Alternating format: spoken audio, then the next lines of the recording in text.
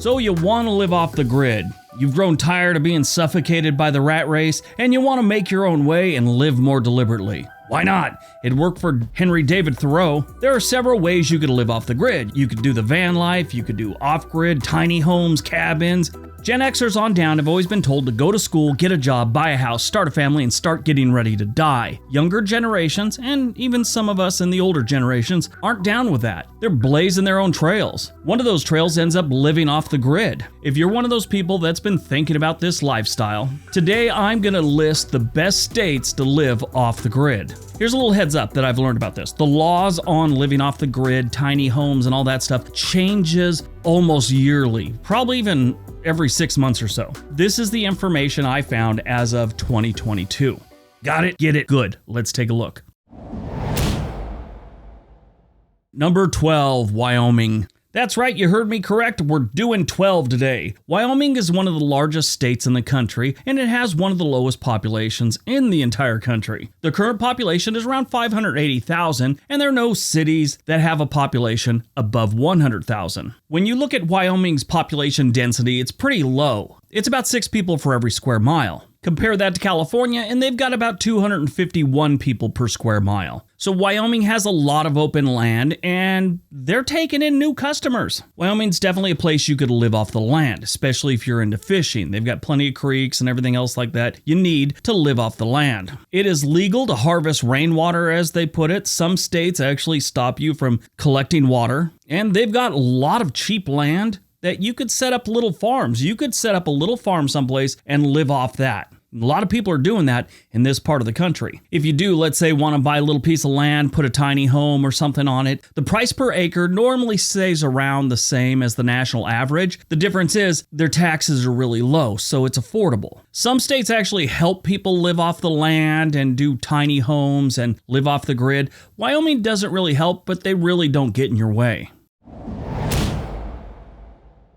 Number 11, Missouri. Living off the grid really is kind of living off of everything. You live off the land, you grow your own food, you catch your own food, you spend as little time in town getting supplies. That's living off the grid. It's not just van life, even though van life is part of that. The climate in Missouri is favorable for growing different kinds of crops. Local authorities offer generous incentives for solar panel setups, which is a big plus if anyone wants to live off the grid in this state. The cost of living in Missouri is about 15% lower than the national average, so if you buy some property and have to go into town for some supplies, it's going to be a lot cheaper here. Missouri has plenty of water both above and below ground, so that shouldn't be an issue in just about any part of this state. They also get plenty of sunshine, so your solar panels always stay charged, and their property taxes also below the national average. Number 10, Montana. Montana always shows up as number 1 when it comes to average value per acre of farmland. That's actually a stat. They got good farmland and it's relatively cheap. Sure, it gets a little cold during the winter, like most places, but you could grow a lot of stuff in Montana. Montana is great because of its ample renewable resources, lenient building codes, and loose zoning regulations. They're not going to give you a hard time for parking a tiny home on your property. The best place to look for off-grid living is towards the west side of the state, towards the Rocky Mountains. People who are living off the grid in this state often stockpile food for at least a couple of weeks, mostly because when it snows, getting around can be extremely difficult and dangerous. But Montana is another one of those states that's more than willing to help you get set up for living off the grid. Number 9, Illinois. Did anyone see this one coming? Illinois is ranked second for the highest 10-year projected growth of wind power. So they are all in for living off the grid and making your own electricity, whether it's wind, which not a lot of people living off the grid have a windmill. Some do, but mostly it's solar panels, and they're all on board with it there too. You can get nice setups from like Amazon for under $1,000 that has some solar panels and a little wind turbine on the top of it. They're totally quiet. Illinois has a lot of open land, a lot of wind, a lot of sunshine. You could plop one of those things down and disconnect from the electrical grid. Much of Illinois is rural and has agricultural zoning. Agricultural zoning tends to be much more relaxed. While you still have to follow building codes, you're mostly allowed to do whatever you want in unzoned properties in Illinois. There's just fewer permit requirements. Not saying you could, build a castle made of asbestos or something like that. There's just a lot of things you could do and they're really not going to give you a hard time about. But under Illinois law, you must get a permit to drill a well, so keep that in mind. Number 8, North Dakota. How can North Dakota not be on this list? I mean, they got a lot of open land that no one really wants. Well, I'm sure some people want it, but they're not doing much with it. North Dakota actually facilitates living off the grid with generous rebates and incentives regarding solar and wind systems. Cost of living usually hovers around 10% lower than the national average. Land is usually about 12 to 15% lower than the national average. Sure, they got some pretty cold winters, that can be kind of brutal, and they really don't have any big cities, so if you do need to go into town, you don't have to worry about traffic. In case you don't know, North Dakota is a hunting and fishing paradise. You could do that and get half your food, or more if you're good. You can grow things, they've got a lot of open land for planting, and they get plenty of rain and snowfall. On top of that, the property tax in North Dakota is slightly lower than the national average, so that helps out in case you want to get some land, put a tiny home on it.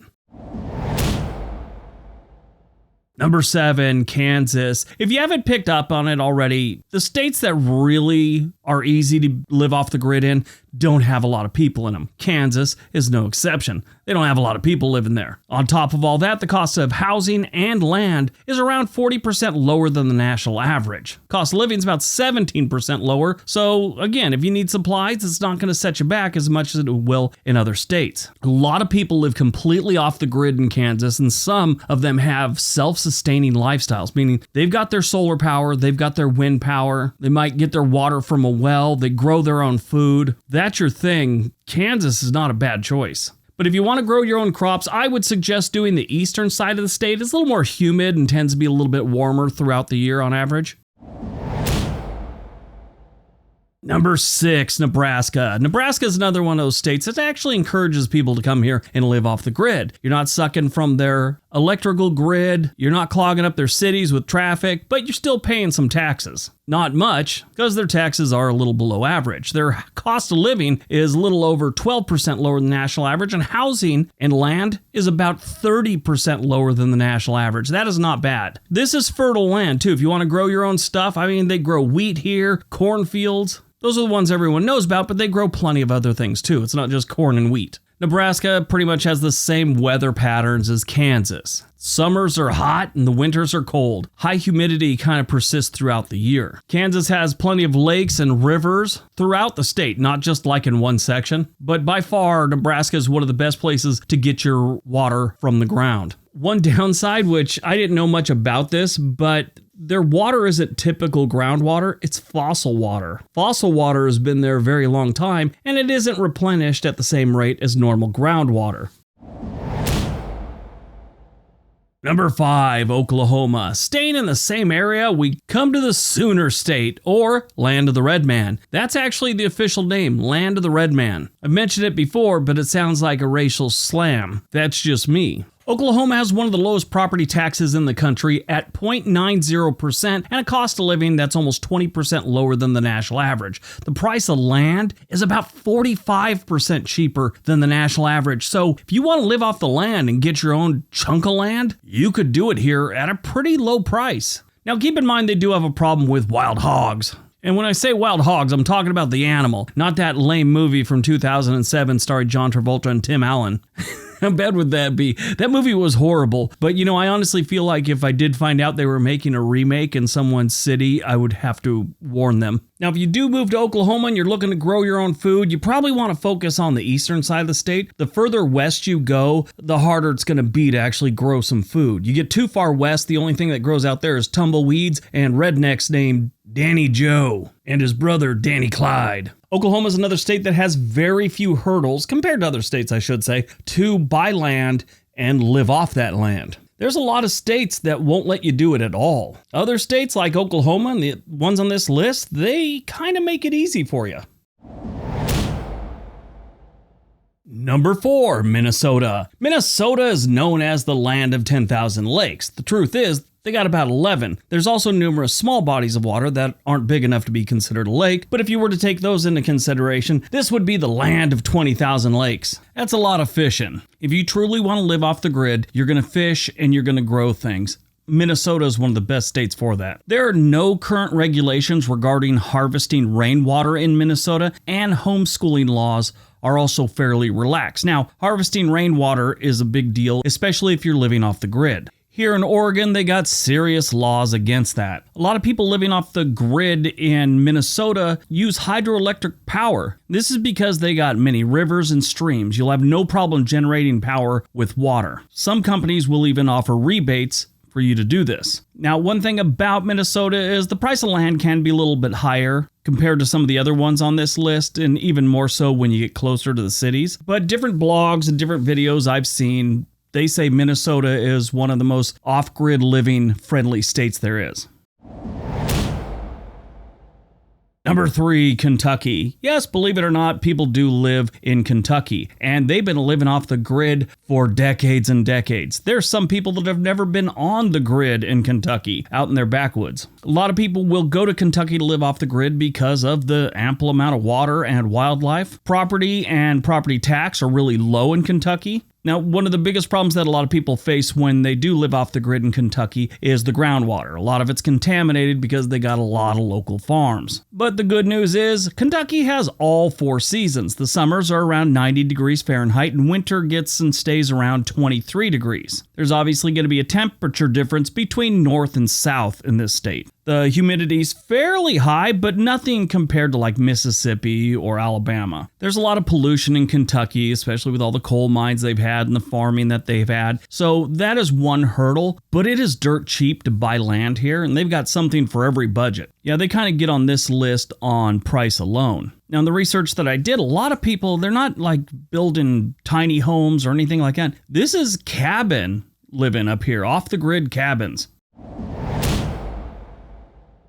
Number 2, Texas. Yep, believe it or not, Texas is kind of a hot spot for living off the grid. A lot of people are heading this way. Their cost of living and their property prices are pretty low, well below the national average in a lot of cases. Like Oklahoma, though, if you want to grow things, you got a better chance doing it on the eastern side of the state. Once you start getting out west, like the Amarillo and Lubbock area, it starts getting kind of hard to grow things. But you do have better weather out there. It's not as humid. The weather is one of the biggest reasons people will move to Texas to live off the grid. They're not going to really deal with really harsh winters, even though Dallas had a couple freezes in recent years where it got really bad. But most of the time, it's a pretty warm to pleasant type weather.